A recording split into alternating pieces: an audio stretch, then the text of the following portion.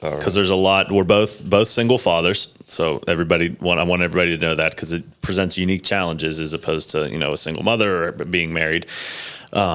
And we hit it off right away. It was very interesting when I met you. I'm like, oh my God, I feel like I've known him for like 10 fucking years. And we think the same way. We parent our children the same way. It was super awesome to meet somebody else out there, because a lot of times you feel alone. You're like, fuck, which is part of why I started this, because I don't want people to feel alone. Like, you feel like you're up against it. Nobody else thinks the way you think. Nobody else does that stuff. You got the goosebumps. I got the goosebumps because everything you're saying is so true. Yeah. And you can't fake that. No, you can't fake that. And it's, even before we hit record here, I'm like, hold on, we got to hit record, because this is the stuff you and I talk about all the time, right? Like, this is what we spent an hour talking about the first time we met, and it was so valuable. So let's just start with that intentional conscious parenting, because that's in essence what the goal is to teach, is intentional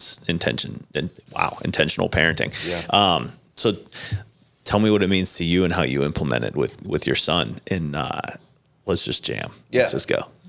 All right, cool. Well, first, thanks for having me on. This is great. Yes. I already got the chill bumps 30 seconds in. So I love it. You're talking some real truth. So to be like a fully involved parent, I believe that, it starts with first understanding that this child that's been born into this world has no idea about anything.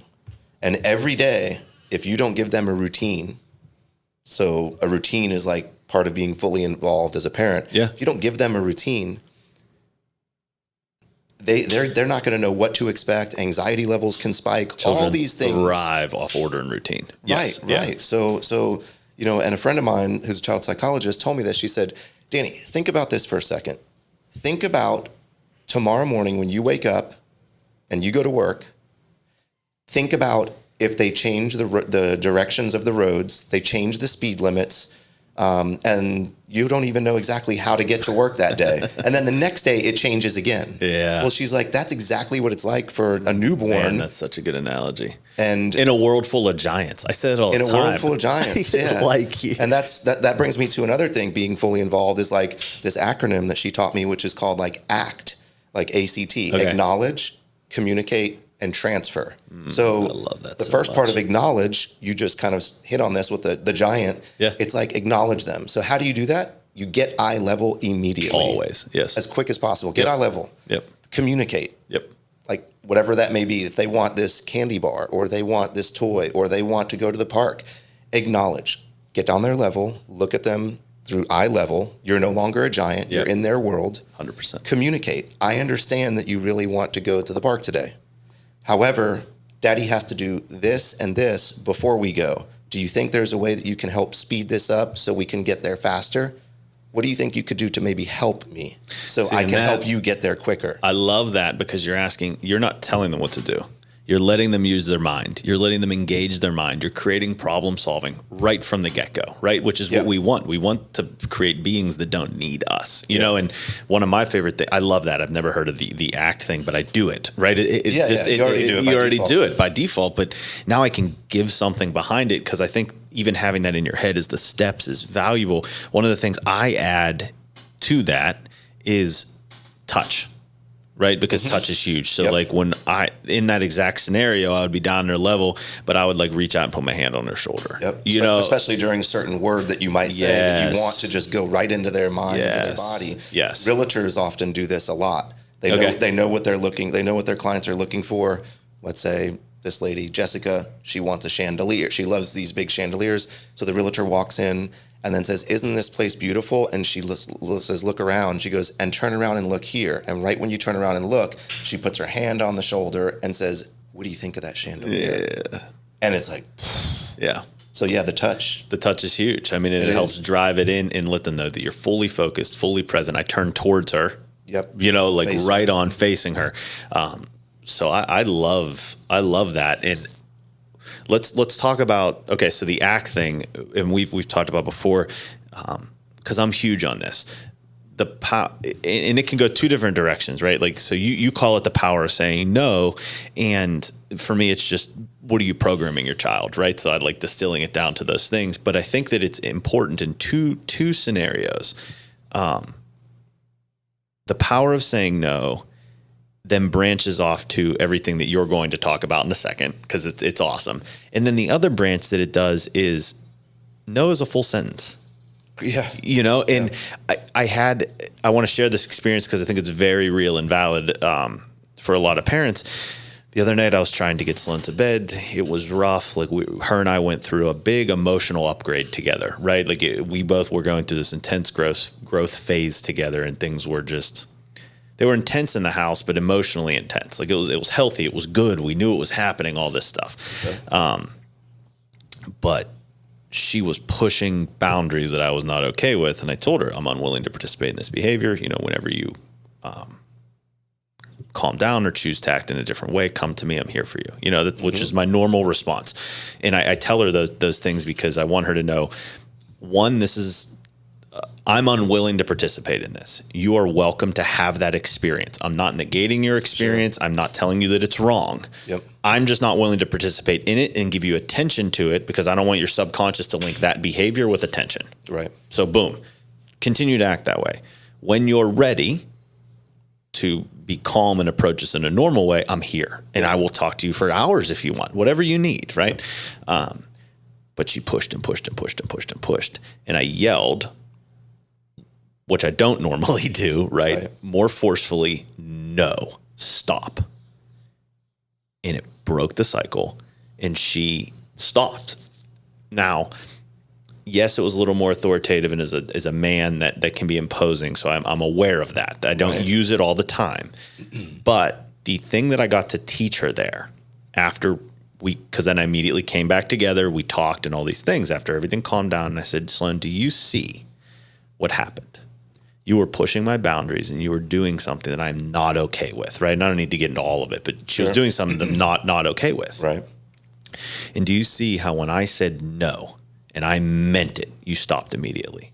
If you're ever in a situation like that, you use your voice and you are loud and you are boastful and you say no and you mean it. Mm-hmm. And so she got it. So it was a lesson learned. It was a lesson learned, and she got it. And so, but it's important. We can't just do that and then not teach them the benefits of what we just taught them. Correct. Right. Which is huge, because it's one of the other things we talk about all the time. You don't need to teach them things. You need to be the thing. Correct. Yeah. It's happened to 99.9% of the parenting I see. Yeah.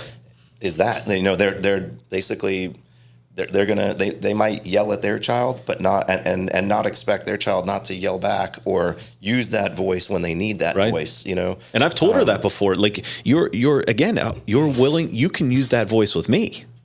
If it's not that she would ever have to, but sure. You know what I mean? Like I want her to understand, like, use the damn voice. Mm-hmm. That's what we want. You're powerful. You're strong. Yeah. Okay. But this is so unbelievably important that I want parents to understand. Tell me about your discoveries in the power of no, like, and what that means exponentially down the road into entrepreneurship. Yeah. So because you are raising your child to become an entrepreneur, it's fascinating to me how you're already teaching them about money and all these things. But we'll talk about that maybe on episode 2. But go ahead. Sure, power of no. Yeah. So by the age of, there was like a study done, by the age of 5 years old, 7 years old, a kid has been told no 5,000 times. No, don't pick that up. No, don't do this. No, don't do that. Get over here. No, don't do this. Right.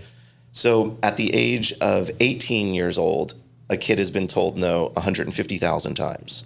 But at the age of 7, when that kid was 7 years old, 70% of the kids had a IQ level of a genius. But when they were told no by the age of 18 of 150,000 times, only 20% of kids had their IQ the level of a genius. So what we're doing as parents is basically wiring our kids' brain to make them believe the answer is no to almost everything you say. So your whole life. And then maybe when you're 18 years old, you may not want to follow the finger that's been pointed to you to, you may question the norms, like, should I go to school and get a college degree and possibly get in debt and then hope to get a job and hope to keep the job, and if that doesn't work out, start back over? Or would you take the other route of, hey, I'm just going to put all the weight on my shoulders and start my own thing, my own business? Yeah. So when you do that, you go back to your parents and you say, hey, Mom, hey, Dad, I'm going to start my own company. And then they say, no. Yeah. Why? Yeah. And it's like, why? It's too risky. Yeah. You should just do this. You should do this. This is more safe. But wait a minute. You were the one all these years that put into my mind that I could do anything I wanted and I should reach for the stars. So you're contradicting yourself. You're just contradicting yourself every turn. Yeah. So then who do you trust? Who do you believe? Like then yourself. Yeah, of course. Yourself. That's it. That's the only realistic thing. So my whole life, I've questioned everything. I've questioned parenting techniques, like the normal, how I was raised. I wasn't raised bad at all. But neither was I, but I just don't think those things, that's not how I want to do it. If there's a better way. Yeah. We just want to be better. I want to involve my kid more, like what we were talking about, how can we get to the park earlier today? Because I have these things that I have to do, which these are my responsibilities. And your responsibilities is X, Y, Z. Make your bed, brush your teeth, those kind of things. And as you get older, your responsibilities grow. But involve them in the problem solving. Make it a problem for both of you, not just yours. And they're just a sitting duck waiting for you to get your stuff done so they could get what they want. Yeah. Participate in the problem solving. Yeah. And it makes them feel good. It does. You're going to love this. So one of the things I've been working on with Sloan lately in the last 3 months, and she finally gets it, is so in my house, I don't let us say the problem. We say the opportunity.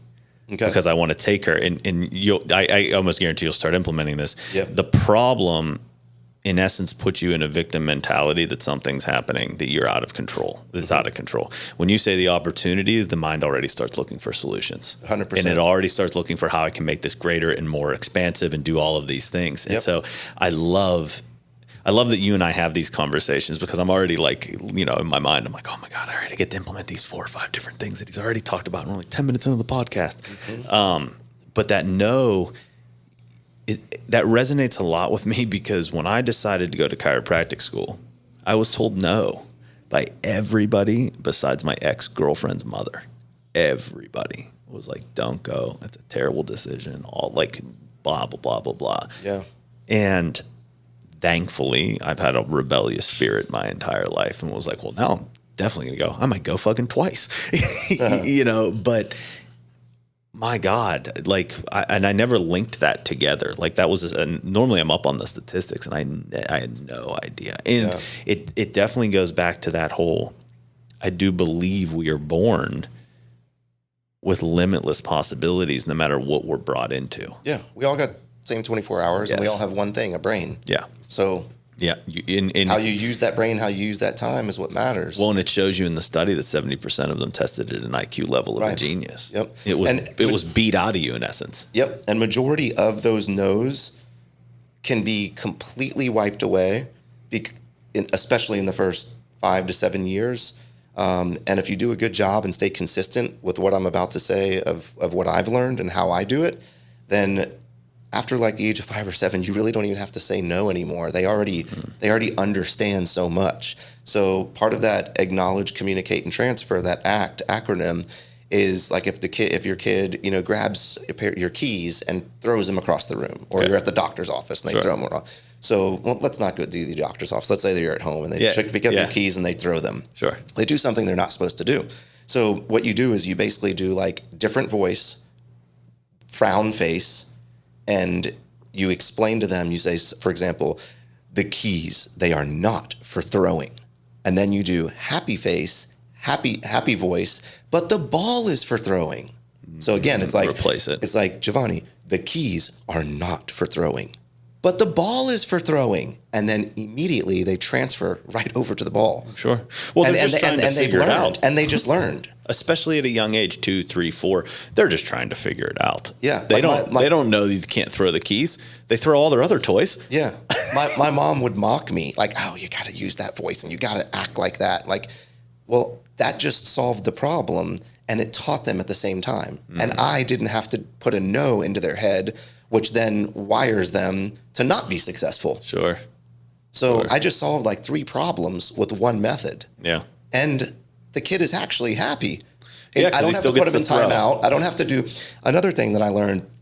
Never put your kid in timeout first. Put the thing in timeout. Oh, that's fascinating. So I'll play kickball with my son. I grew up, I'm sure, the same way you did.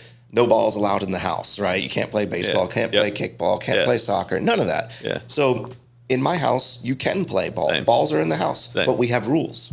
So rules, no TV, can't hit the TV, can't hit anything with glass. We play in a certain hallway, things like that, right? So, whenever I'm doing these, experiments of seeing if he's going to, participate in not bending the rules, then I'm looking at these things and I'm like, wow, this is great. Like he's actually, playing the game inside, and balls are allowed in the house. But whenever something were to happen that was an accident, I would never punish him for that. And that's when I had the chance to define what an accident is. And that was uncontrollable. But now we know, since we did an accident by trying to do our super kick, right? And that super kick just so happened to, break a glass that was right on the edge of the sink, and I didn't think he could kick it that far. That was an accident, and I tell him I took part of the blame. You know what my son's telling me at 3 years old last year? No, Daddy, it was my fault. And so in these moments, I get to teach him a lot about his responsibility, about following the rules, and I kind of start off by saying most parents will not allow their kids to do this, but I will, because I'm going to trust you. That means if I say that this is our rules, this is what we have to do, I'm going to trust that you're going to do that. And then I build trust with him every time, and I teach him about trust. And when he's in the bath, I teach him about communication. So I started at 3 years old with, 4 inches of water, and he knew that I would never leave him in the bath before that. And I would say, I'm going to go ahead and put this drink in the refrigerator. I'll be right back in 10 seconds by the time you can count to 10. But if I say, how are you doing in the bath? You need to respond to me, because that's communication. Communication means we're talking about what's going on. Yeah. And then so I purposely walk away 10 times during his bath every day, still even at 4.5, just to say, how are you doing in there? And I know there's only 3 inches of water, but he thinks it could be a threat. Sure. And he says, good. And I always say, thank you so much for your communication. And he says, you're welcome. So now I'm teaching him manners. I'm teaching him communication, all at that same time. Another thing I like to do during bath time is whenever I want to ask him something about school, or I want to get an answer from him that I know I normally won't be able to get from a 4-year-old, you do it whenever, and this is another tip my friend that's a child psychologist told me, when they're in the bath and you're washing their hair and they're giving you all of their weight on your hand, and you're holding their back and putting your other hand in their hair and shampooing it, and they're just looking up at the ceiling, trusting in you, they're listening to every word you say more than ever, because they're just like, I'm in a fight or flight mode right now. What's he saying? What's going on? Are we done yet?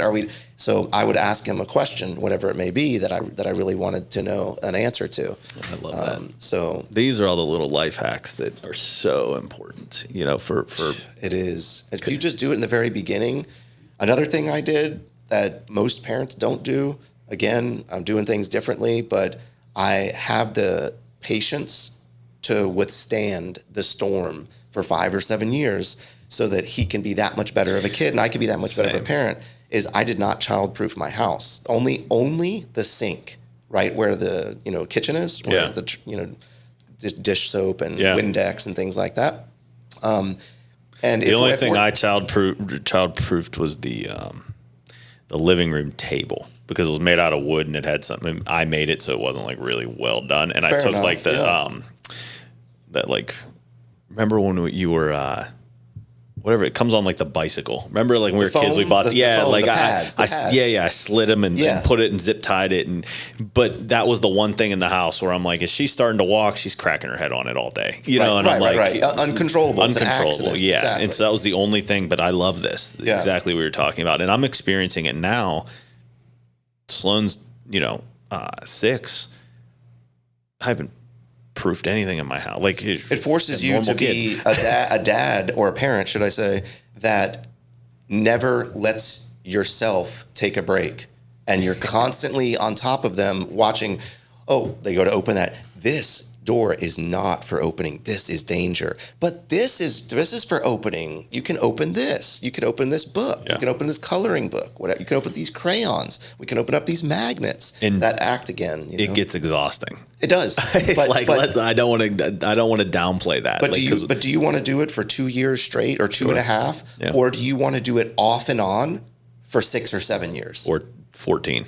Or 14. I mean, I think I talked about it. A lady's coming in to do a podcast, and I think I talked about it on her podcast before I got on hers. I was at Publix, and I watched a mother order like for her 12-year-old boys, their subs, with him, and then told him to tell them to cut it in 4 slices so that he doesn't choke on it or something. Like he's gonna shove the whole fucking thing in his mouth. Like, I mean, I was like, he's 12 or 14. What the fuck is happening? You know, like the kid can't even order food. Sloane's been ordering food since she can talk, and she knows if she doesn't order, she doesn't eat. Yeah, like it's important. And now she just orders like a boss. Yeah, I encourage my son to order. I encourage him when we're walking by a store to go inside and ask this lady a question. Just say, my daddy wants to know if, this or that. Like yesterday, I just asked them if they have any alcohol wipes or wipes for your hand because you got really dirty, and just say, my daddy wanted to know. Yeah. So when I give him that little push of like, he can rely back on me, my daddy wants to know this instead of I want to. Yeah. It's a little scary with him saying, I want this or I want that to somebody he doesn't know, but he does it, you know, and not every time, but 70-80% of the time he does. And that's building his communication level again, and his, willingness to speak to people that he does not know. Yeah. And everybody else in the world has the answers for you.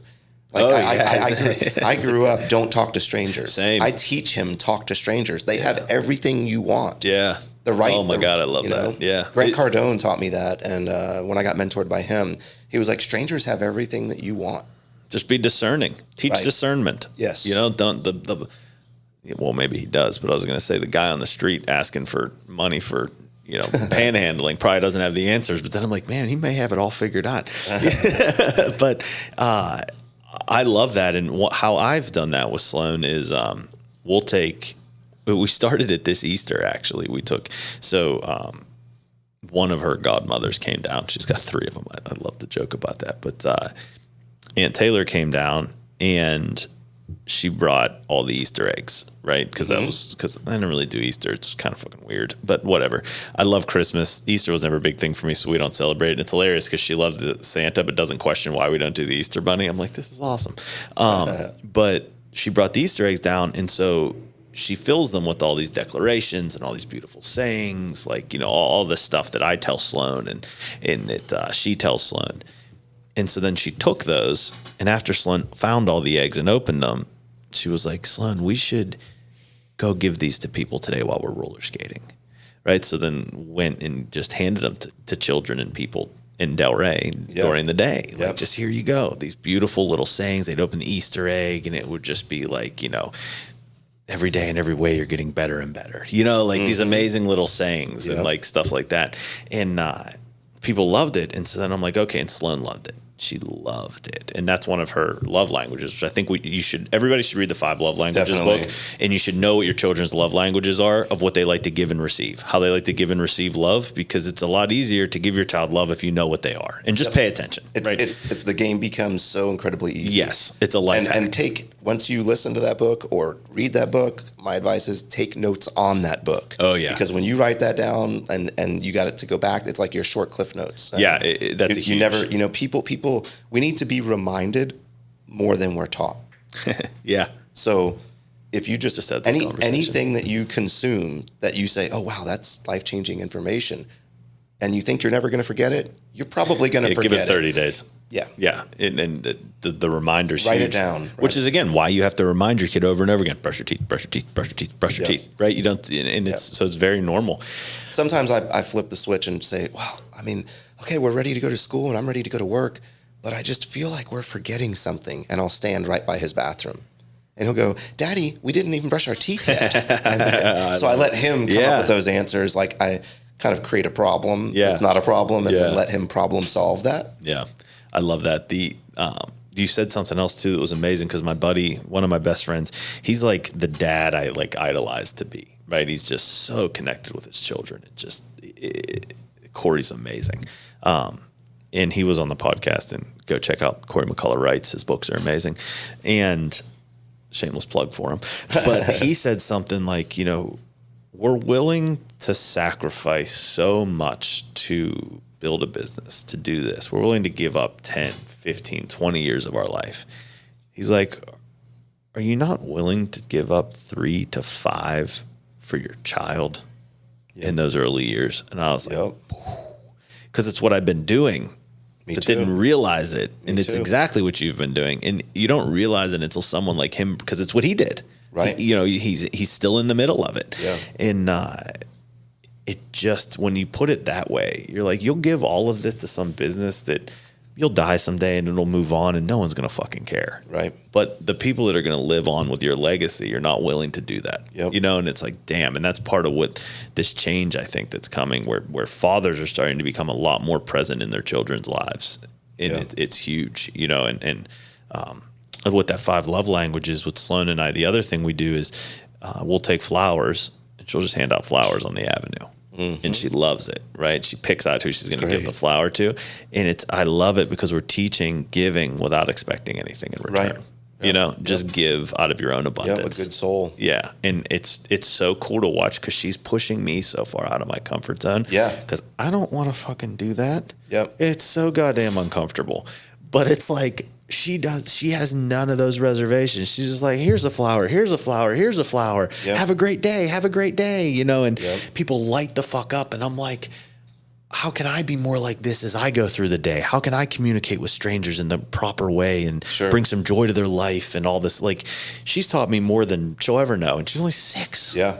That's kind of what I'm trying to do with these T-shirts, with putting them on my son. Is every T-shirt I put on him, I teach him what that means. Yeah. So tell everybody about the T-shirts. You can buy them now, correct? You can buy them. Okay. Right now, it's just on What They Don't Teach at School Instagram. If you go there, you'll find the link. Yeah. But yeah, just inspirational, motivational, or educational T-shirts. I've wrote down, like I said, all those things that you think are life changing as you learn them or understand them or create your own quotes. Sure. And many people have been asking me my whole life, for 15 years, should I say, for a lot of advice after seeing some successes that I've had early on. Sure. And they were basically saying, hey, what was that you said? And I'm like, as an example, like somebody may say like, oh, unfortunately got divorced, or she broke up with me, and it's going to be impossible to find another girl. And I'm like, what'd you just say? Yeah. And they're like, I said it's going to be impossible to find another. And I'm like, did you know that impossible spells I'm possible?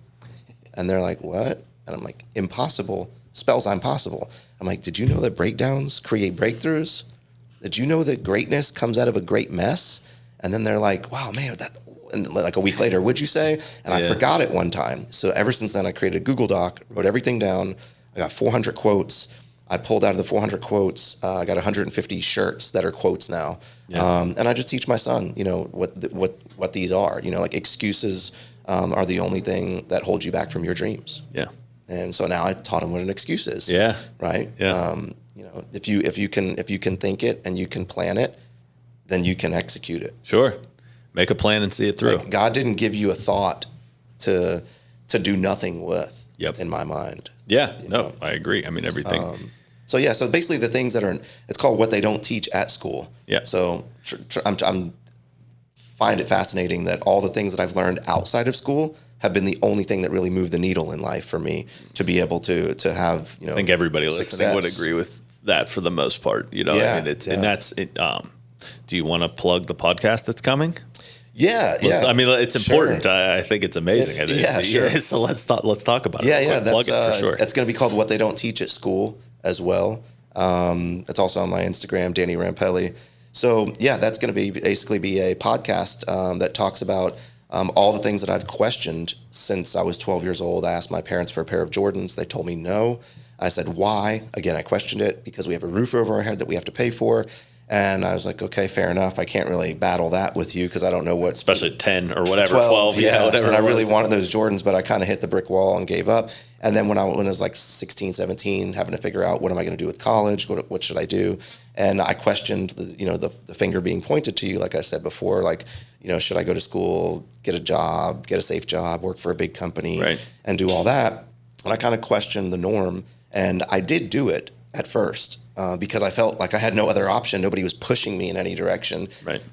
And once I did that, I decided it's solidified that I don't want to be stuck in a 9-to-5 cubicle. No offense to people that are. Yeah, of course. I don't want to relish the fact that I get to go to the bathroom for 5 minutes just to look at my cell phone during work. Right. Only 2 times, because if I go more than 2, my boss is going to say, "Hey, are you feeling okay today?" Yeah. Like I don't want that life. Yeah. So the fear of that has made me figure out how to be able to save money and pay off my house so that I don't have that roof over my head, so that when the time came to have a family, then I didn't necessarily have to work full time. Yep. Therefore, I didn't have to give an excuse to my kid when they asked for a pair of Jordans that they really wanted. Yeah. But not getting those Jordans put me in the position that I'm in today, where I had to figure it out. Yep. So I figured out not only how to not go to school to become successful or create wealth, I have then figured out as the next step, when I do generate money, how can I generate money that's in the lowest tax bracket, even if I make $100,000 or $150,000 a year? And then thirdly, I figured out, how can I generate revenue that does not get taxed at all, that I don't have to actively work for? Right. And that became long-term real estate rentals. Yeah. So this basically teaches a lot of the things that I've learned, like the impossible spells impossible. Obstacles are those frightful things you see only when you take your eyes off your goal. Yep. So the hint there is never. Sure. If you never don't follow the shiny object. Yeah, exactly. Yep. And if you just stay focused, you will never have an obstacle. You never feel like that. So a lot of these things are just the reality is we're going to get unfocused. It's part of it. It's you'll course correct. It's how you get better. It's how you learn. There's shiny objects everywhere. Yeah, And I thought that the idea behind this was, I'll just drop one quote a day for 365 days and just say, hey, if you're like-minded and you want to succeed in life, you want to figure out life, but you don't want to go through the traditional route of school and college, one of my quotes is life-changing enough to really, if you let it come into your mind and stay there, it can change your life. Just one of them. So I was like, I'll just drop one a day. And now it's like one T-shirt, one quote a day. Yeah. So if you like it, like this one says, strive for progress, not perfection. Yep. So this was like a dose of my own medicine that I had to take. I wanted to wait till everything's perfect. Now I just said, you know what? Go ahead and do this podcast. Yeah. Mess up along the way. Failure and success, they go hand in hand. That's how we got. So there we go. That's how we literally got here today, is because of you. Because I fucking messed it up over and over and over and over again for months and months and months. And I'm just like, well, I'm just going to keep fine-tuning the dial. Every time I learn something new, And then it brings you to this, you know, and it's amazing because I love it, because the perfectionistic thing, me and one of my best friends, Bree, we joke all the time, like, our greatest strength and our greatest weakness is we'll look at something and we'll go, if I put just as much effort into it as they did, I can have that, Yeah. And it's your greatest strength, but it's also your greatest weakness at the same time. Yep. Right. And, but it's funny because we met that morning, at 9:30, whatever time we met. Yep. And I had to do a podcast at noon. I was like, look, I got to be out of here. I got to go do this. And I had taken like a month and a half, 2-month-ish hiatus from the podcast because I had lost episodes. Things weren't working right. Every time I tried to record, there was a hiccup. This didn't work. That did, blah, blah, blah, right? All these things. And I thought I got it all figured out. I was like, okay, now I got the right camera. I got the right this. I got the right that. The whole system's doing its thing. We're good to go. And I'm like, but just in case, let's get a friend on, to where if it doesn't work, I've known him for a long time and we'll laugh about it and it'll be fine, right? So, my buddy David gets on, and I didn't even make it like 10 minutes in. The things weren't working, then the microphone wasn't working, then this, and I'm like, oh boy. I'm fucking done. I'm like, we're done. I hung up the thing. I was putting things away, and I'm like, all right, it's not meant to be this hard. I'm working really hard, so there's something that I'm not vibrating correctly here that I need to fix and attune with myself. So let's look at that and stop looking at everything as being the technology is what's screwing up, right? I'm doing. And I was like, okay, I'm going to sit with that today, and we're going to figure out what that was. But I'm like, I'm releasing all resistance to this. If I'm not meant to do the podcast, I'm just not going to do it, right? I'm not going to keep forcing it. These are the conversations I'm having in my head over the course of maybe 30 minutes while packing up. And then I get a text message from you. It's like, bro, I'm going to this podcast thing tonight. You should come with me. Yep. 30 minutes later, and I'm like, and had I not known that you were already doing a podcast and starting one, I wouldn't have even told you about it. Right. And it's so funny how like when you drop the resistance and you just are like, look, it doesn't need to be perfect, but I'm going to keep going. I'm going to keep doing these things. And then you just kind of surrender it all. Now, boom, here we are and we're jamming. And it's like, I found effortless. I found that whenever you go through like a lot of pain or difficulty and you just let go of it like you did, whether it's for a day, you told yourself, I'm just going to let go for a day and I'll figure it out tomorrow. I'll start back. And usually when you're experiencing a lot of pain and difficulty, your breakthrough is always right around the corner. Of course. So just hang in there for anybody that's parenting, anything, you know, like they just had it this weekend. Yeah, I just had a huge one. And I kept telling myself just basically that. It's like, okay, surrender more, detach. Love and attention is what she's looking for. Like she's working through something. I'm working through something. The end is coming. And I felt it. I felt the energetic shift happen. I'm like, we just broke through whatever this growth was, this milestone was. And the peace and ease that followed, I was like, oh, my baby girl's back. You know, like, but whatever neurological development or whatever thing we had, karma we had to burn up, as people would say, whatever we had to do, you know, we grew through it. But I felt it coming. I'm like, the change is coming, you know, and it's that surrender completely to everything. And when you can have that attitude towards life, then you have no emotional attachment to the result. And that's when things can boom, boom, boom, boom. They just start happening. And it's meant to be easy. It is. Life is meant to be easy, you know. It's like paying taxes. Like, everybody complains about paying taxes. And it's like, well, the entire IRS system is not set up to benefit W-2 workers. No. So if you can just figure out how to not be a W-2 worker, you just gave yourself a 30% raise in life. Yeah. If you can make the same money. It's literally designed to create entrepreneurs. And investors. And investors. Because that's what makes the world go round. Yep. You know, and I mean, it's a beautiful thing. Going thing. back to what you said about Sloan and that breakthrough in that moment when you had to tell her, no, and I mean it. Yeah. Okay. What I've done sometimes in those situations is I just take a deep breath right in front of him, like very close to him. And I look at him and I go,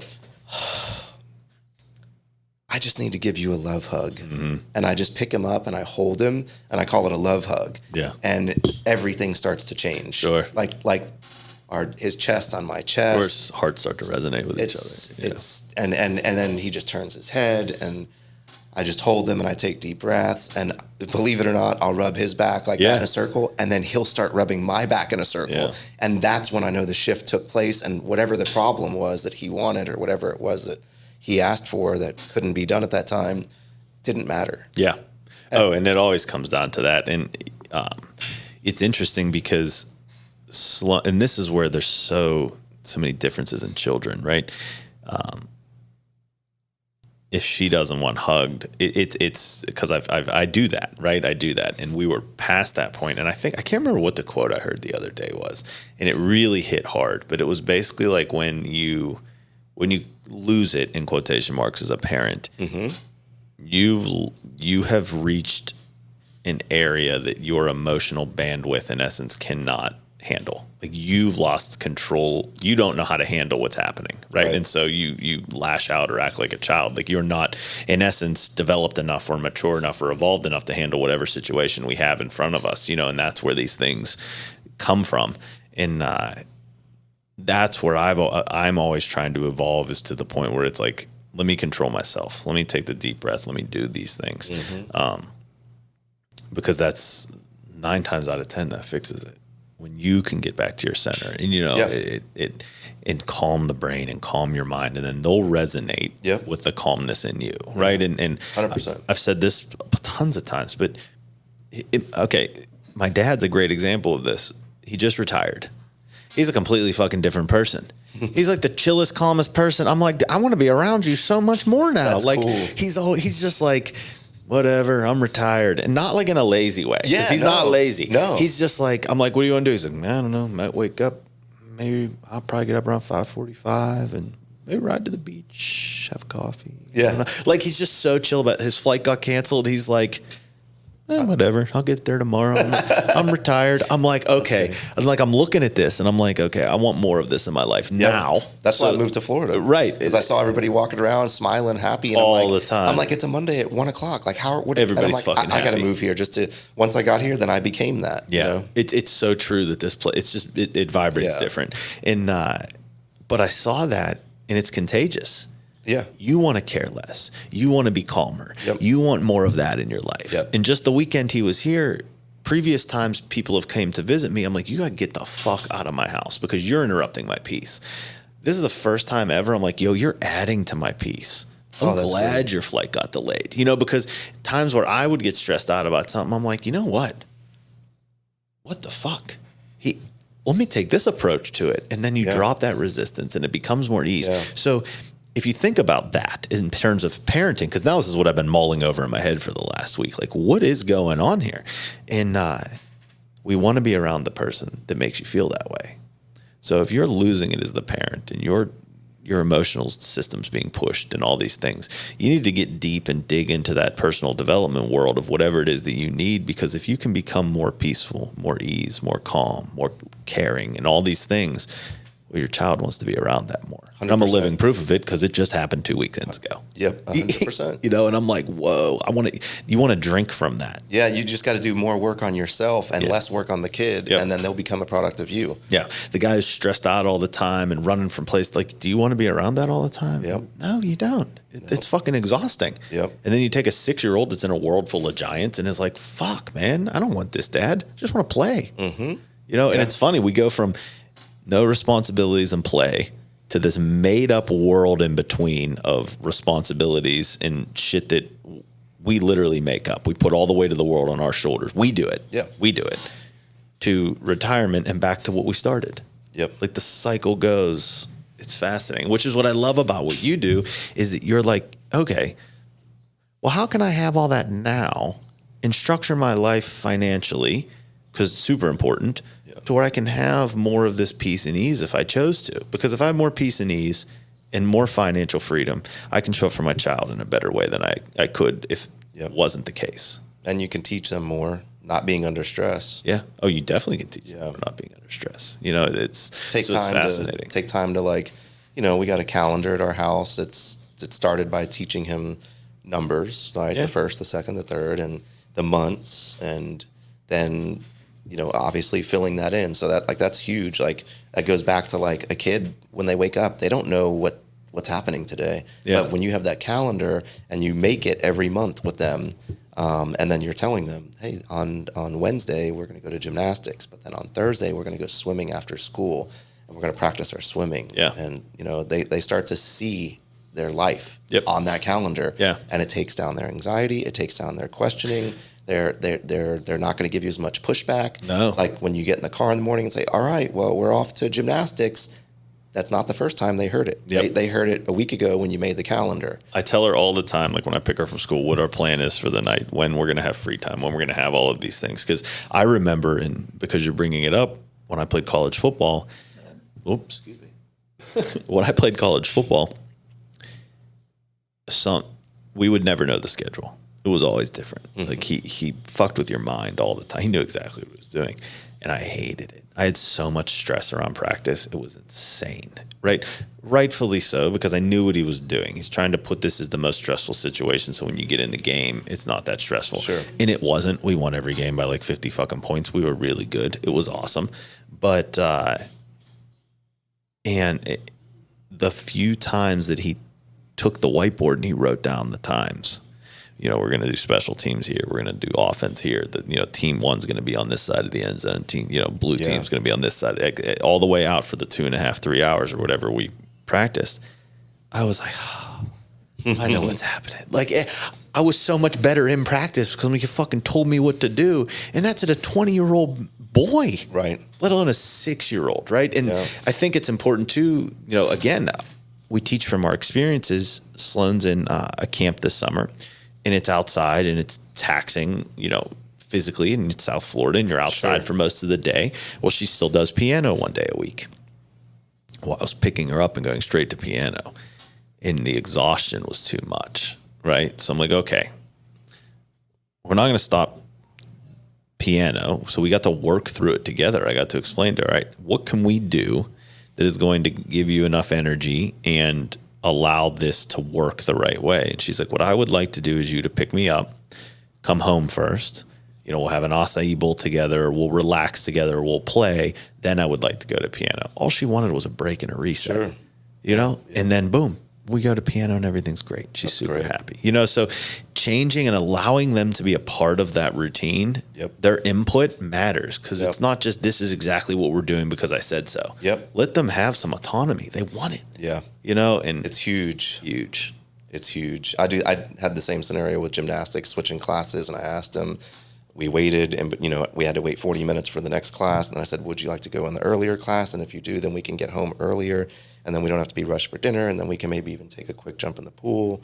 And he said, yeah, I would like to do that. Yeah. And I said, okay, but if we do that, we're going to give up playing with, you know, this girl, Ileana, at gymnastics, because you like to play with her, but she's 8 or 9 years old. But, you know, are you willing to give that up? But we can get her phone number, and I'll talk to the mom or dad, and then we'll have a play date. And he said, yeah, let's do that. So then we did it the next week, just to keep it on the top of his mind that I'm a man of my word when I tell him something. Because if not, then he's not going to be a man of his word. Yeah. So I'm big with that with Sloan. You know, do what you say.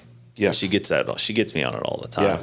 Like I'll say something, and then it's bedtime, and I'll forget or whatever, because a million things go through your head as a dad before bed, and she'll be like, "Dad, you said X, Y, and Z," and I'm like, "Baby, it's 8:30. Like, it's bed. Like, you should have been asleep 5 minutes ago. Like, it's not time for it." She goes, "Dad, we do what we say." I'm like, yeah, you know. But then we do it because it's important to me. If I tell you we're going to do something, we're going to do it. Right? It is. That's because then, one, he's going to become a man of his word. Two, she's going to expect the man she dates to be a man of his word. She's not going to put up with not. Like, if you said you're going to do it and you didn't do it, well, then you're not the fucking guy for me. Exactly. Which is what we want. Yeah, you want that. Yeah, you know. Definitely. And that person's going to have to work really hard to get a piece of her heart. And so, I want that. Of course. You know, I mean, you're making that happen every day. Yeah. And so, it's, you know, when she was born, one of my best friends was like, she's going to compare every man she meets for the rest of her life to you. Yep. And I was like, oh my fucking God. Add that to the list of things to worry about every single day. Yeah, now you got to step up as a person and be better than you were even in your best version in college and playing football and all these temptation and all this stuff that you had. You thought that was difficult. Like, this is the chance for you to rise and become and grow some new skin and become this much better person in every aspect. So, and he's going to relate. That challenge. Oh, I love that challenge. It's amazing. How can I become better so that she doesn't necessarily date fuck ups? And it's the same for you. How do you become better so that he knows how to treat a woman, so he knows how to create a business, so he knows how to do these things and not mess up where we messed up? Because we want them to be able to be better than us, you know. And then someone asked me, like, aren't you afraid you're going to set the bar too high? And I'm like, I hope I set the bar too high. Right. You can always lower it a little bit. Yeah. I think that there's men out there that you're raising him. Why? Like, then that forces people to upgrade, to step up. Yep. And I've taught her that. We were at the park, and I may have talked about this on one of the other podcasts. We were at the park, and she said Voldemort, and then the girl beside her didn't know how to say it, so she said it incorrectly. So then Sloan said it incorrectly, and I was like, whoa, Sloan, you know how to say it. And she's like, yeah, but, and I'm like, no, continue to say it correctly, even amidst her not being able to. Yep. Well, what happened by the end of the park? The little girl that couldn't say it started saying it correctly. So then we were driving home. I was able to show her, Sloan, do you see what happened? You didn't go to her level and mispronounce it to fit in. Yep. You encouraged her and showed her how to do it so that she could become a better person too. She stepped up. She learned. She's on your level now. Exactly. Right. You help pull somebody up. And that's what we want to do. Right. Exactly. So if that's what she does for a man, come on, that's awesome. Exactly. You know, and if that's what he does for a woman, amazing. Yeah. You know, and that's what we get to instill in our children. Yeah. And what I think, again, we're coming into a world now where these conversations are happening behind closed doors a lot more than people think. You know, there's a lot of pushback to like how things are done.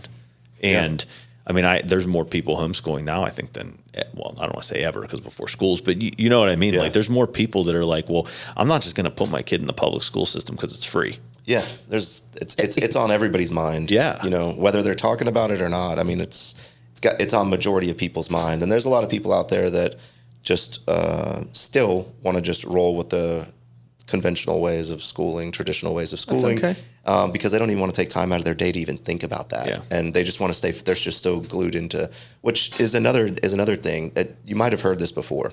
There's like this little story, should I say, where there's the kid and the father's at home and he's trying to get some work done after he got home. And the kid, he's like 7 years old. So he's well into math and all that fascinating, you know, with numbers and figuring things out. And he's like, Daddy, how much money do you make per hour?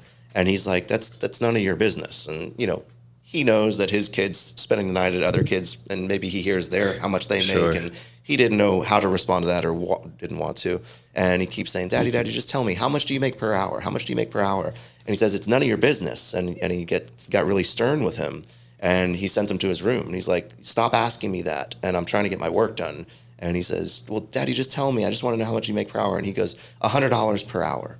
And he's like, and then he still sends him to the room. So then he goes in there and he goes to apologize to his dad. And right when he goes in there, he says, hey, I wanted to apologize to you. But he goes, I thought, you know, I know you wanted the money to buy a game or something. He goes, no, Daddy, I just wanted to know how much money I would need to get 1 hour of your time. Oh, I mean, I got the chills again. I got them too. That makes me sick to So my stomach. it goes back to like, you know, pay attention to your kid, you know, pay attention to them. They need you more than anybody, more than their best. As much as you think they got their neighbor, best friend, or their best friend at school, they need you more than anybody. They don't look up to anybody more than you. Yeah.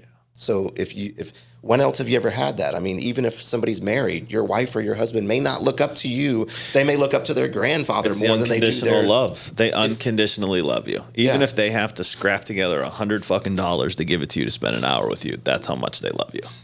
Yep, and they're thinking that. Yeah, they are thinking that. Yeah. So that was. I took that. I saw that like on Facebook 6 years ago. I copy and pasted it, put it into my Google Doc. Yeah. Why do I work so hard?